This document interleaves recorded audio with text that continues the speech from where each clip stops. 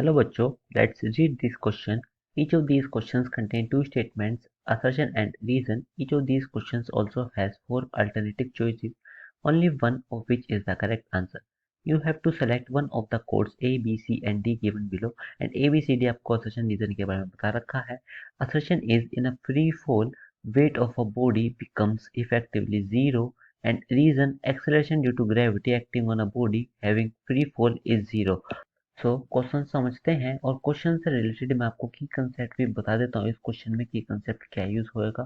देखो, जब भी आपका फ्रीली फॉल का केस आता है, एसेशन में मैं फ्रीली फॉल दे रखी है, तो लेट से ये आपके पास कोई भी एक ऑब्जेक्ट है और उसके अंदर एक बॉडी रखी हुई है जिसका लेट से मास m है। तो इस केस में क्या होएगा कि इसके पास अभी ये कहीं कुछ फ्रीली फॉल नहीं हो रही है, अभी सिर्फ ग्राउंड पर रखी हुई है, ये आपके नीचे ग्रेविटी लग जाएगी, तो फिर इसका simple weight is equal to mg मैं लिख सकता हूँ। बट जब ये फ्रीली फॉल होने लग जाएगी, इसका मतलब अब हमने इस लिफ्ट को यहाँ से छोड़ दिया, तो ये लिफ्ट कुछ ऐसे नीचे एक्सेलरेशन जो कि इसकी जी ही होने वाली है, ये इस एक्सेलरेशन से नीचे की तरफ गिर रही है और जैसे जैसे ये नीचे की तरफ गिरेगी तो इसका हमें वेट पूछा गया है कि इसका वेट कितना होएगा। हमें असर्शन में तो दे रखा है कि इफेक्टिवली जीरो, तो लेट से चेक कर लेते हैं हम यहाँ पे कि इसके पास पहले तो देखो mg लग रहा था नीचे, और अब जब ये नीचे गिर रहा है तो इसके पास एक सूडो फोर्स भी आएगा जो कि इसके अपोजिट डायरेक्शन में लगेगा और इसका मास m है, तो फिर वो जो फोर्स होने वाला है this is m into acceleration जो कि हमने रिवर्स करी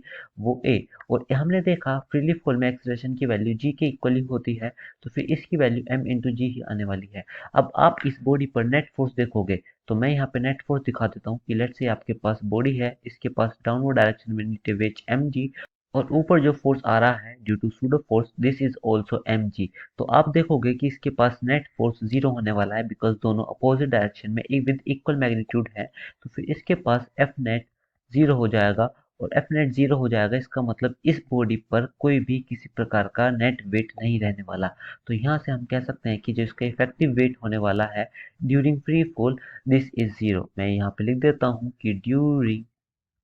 फ्री फॉल